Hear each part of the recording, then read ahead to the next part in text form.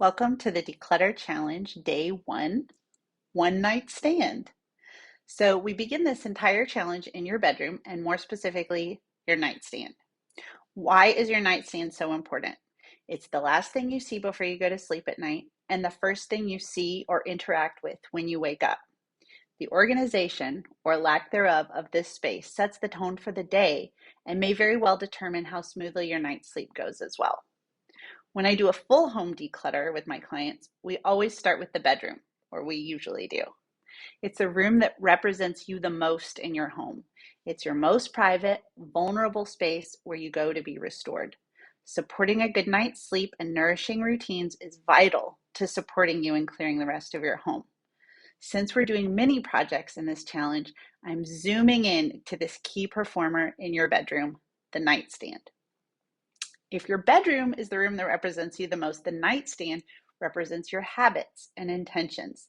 So let's transform your nightstand to make sure it is supporting your most healthful habits and your most beautiful and luxurious intentions.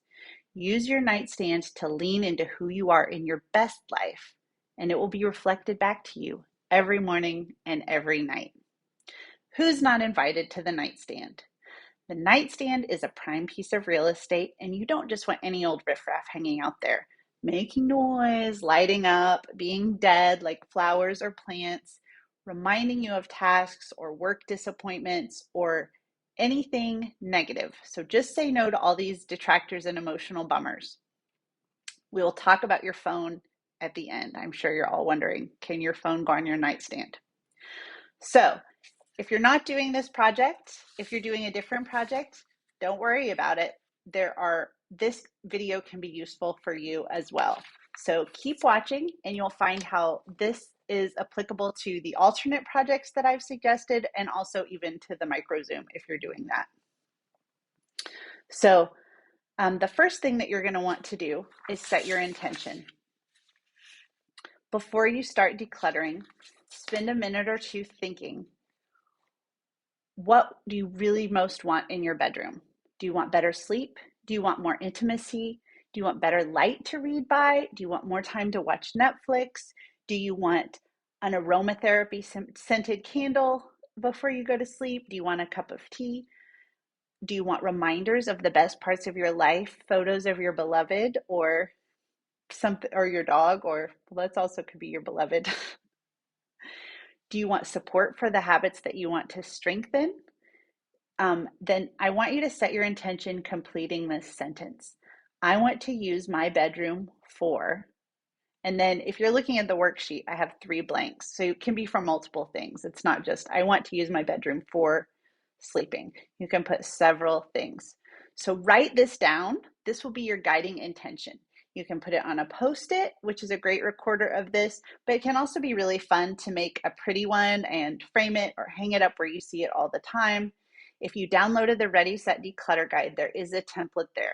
But be careful of scope creep because this is not part of the overall declutter project for today.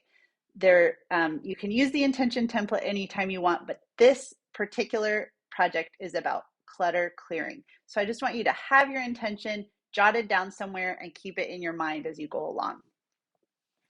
Okay, the last thing I want to remind you to do is just snap a picture of your space. It's a simple picture with your phone. You don't need any type of special equipment. Don't stage, don't clean, just snap a picture of your phone exactly as it is. You don't have to share this with anybody else. This is simply for your record. You can share it. Sometimes it can be really dramatic. What a difference. And sometimes you won't even see it until you have the before and after side by side. Okay, so now let's get started with the declutter. Take everything off or out of your nightstand. Take a deep breath. It's okay.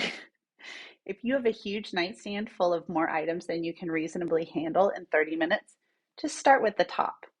Put everything on the floor of your bed, or if the floor of your bed is cluttered, just put it in a staging area where you can sort things. This could be a laundry basket, this could be a table in another room.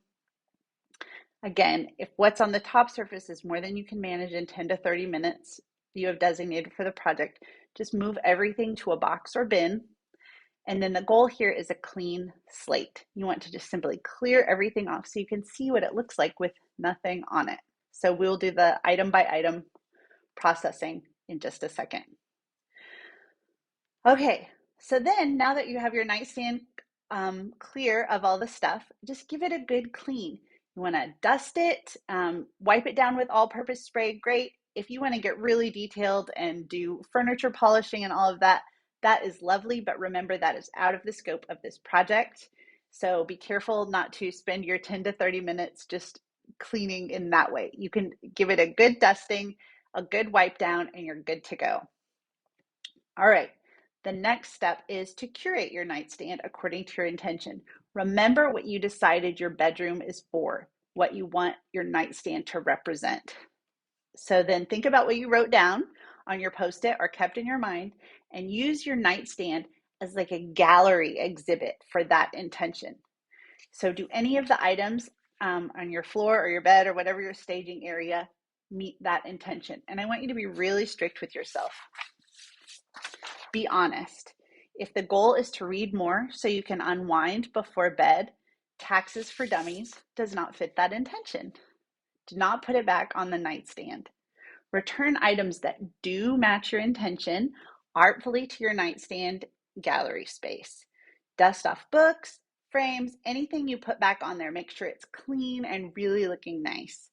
So if you need something by your bed at all times that's not particularly beautiful, such as medication or like a breathing machine, well, not a breathing machine, but if you need a breathing machine, obviously you would put that back there. But if you can't easily put the item in a drawer, such as medication, consider shopping your home for something beautiful to put it in, such as a decorative box or tray.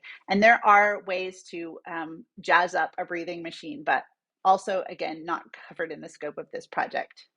So if there's something else on for your nightstand that you want but you don't have, in general, less is more. But if you have all the functional necessities, such as an alarm clock, a book, and a lamp, consider adding something decorative or beautiful that makes it uniquely yours. Something that delights your senses. Fresh flowers, a carafe of lemon water, a candle, a framed photo of your beloved, any of these that will really help you rest and wake up with something really positive on your mind when you see it. Okay, we are down to the final step, which is what remains, the editing.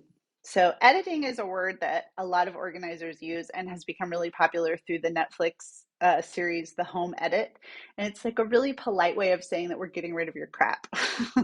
But that's actually what we're doing. So I will call it editing because it's recognizable throughout this challenge, but it's crap kicking time. And I want you to realize that this is time when all of your excuses, all of your things are going to come up and you're just going to answer them. Now, if you have already done your 10 to 30 minutes and you haven't gotten very far, if you haven't gotten this far to the editing stage, it's okay. You can be done.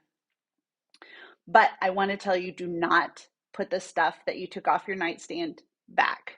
By no means should you put it back, because then you're just going backwards in time. Even though it seems like it's passing the buck, keep that stuff in the box or bin until you can actually sort it. Ideally away from that sleeping area, because you don't need it there. You don't need to clutter your sleep and your dreams. Yes, it will be somewhere else. And yes, you will eventually need to go through it. And if you don't go through it, may I suggest you don't need it at all. But if you don't make it to this stage, don't worry. You're actually already done as soon as you take that stuff off your nightstand and clean it and put back just the things that you want. So if you've made it to the editing phase, this is what you should do to go through it. You can use the How to Process Clutter video that I recorded at the beginning of the challenge to tell you how to go through item by item. But the first thing that you want to do is just throw away obvious trash. There's going to be weird stuff that will come up when you take everything off and in your nightstand. Things will surprise you no matter how clean you already think it is. Take dishes to the kitchen and put them in the sink. Do not wash them right now. Take dirty clothes and linens to your laundry area. Do not wash them now. These are other projects. We are sticking with the main project. And then use that declutter chart to go through the items one by one. And then you will know if they need to be relocated, donated, or trashed. Because at this point, nothing needs to go back on your nightstand because you already have everything you need. So that's it. That's the end of your nightstand declutter project. Don't forget to take an I did it victory snap of your space or a selfie of yourself when you finish the project and share it in our WhatsApp group. Now, I just want to address a little bonus feature, which is your phone, because undoubtedly people will have questions about, does your phone go in the space? So I want to tell you that you're a grown-up and you can do whatever you want. So if that's not helpful, I want to tell you that there are many fancy studies in science and metaphysics and all of these different areas that say having a cell phone by your head and by your bed at all times that lights up and beeps and does all of those things, even if it's in do not disturb and not lighting up and beeping, is not ideal for quality sleep. However, you can do whatever you want. So if you do want to keep your phone on your nightstand, do you like your reasons that you want to have it? Why do you want to have it? Just review this in your head. Does it support your intentions for your bedroom, for your overall health, sleep, and things like that? And is it because you don't have another alarm clock? And have you ever considered in this decade having another regular alarm clock? So there's no judgment either way. I've tried a lot of different combos of my phone and not my phone. Actually, recently in the last few months, I've done a lot of different things as I'm trying to stay off my phone more, but also using it for things that are really practical for me. So it's worth being curious about and checking in with yourself from time to time just about what you want. So if you think that you're in a dysfunctional or abusive relationship with your phone, you're probably right. And I encourage you to join my 30-day breakup with your phone challenge, which is through email after the 10 by 10 challenge. So if you do still want to keep your phone on the nightstand and you are looking for some feng shui recommendations or EMF blocking ideas or optimal placement and all of that, another thing out of the scope of this project, but I'm happy to address it in the WhatsApp or send me an email or ask me in a live, and I'll be happy to dig into this. Until then, I'll see you tomorrow. Bye.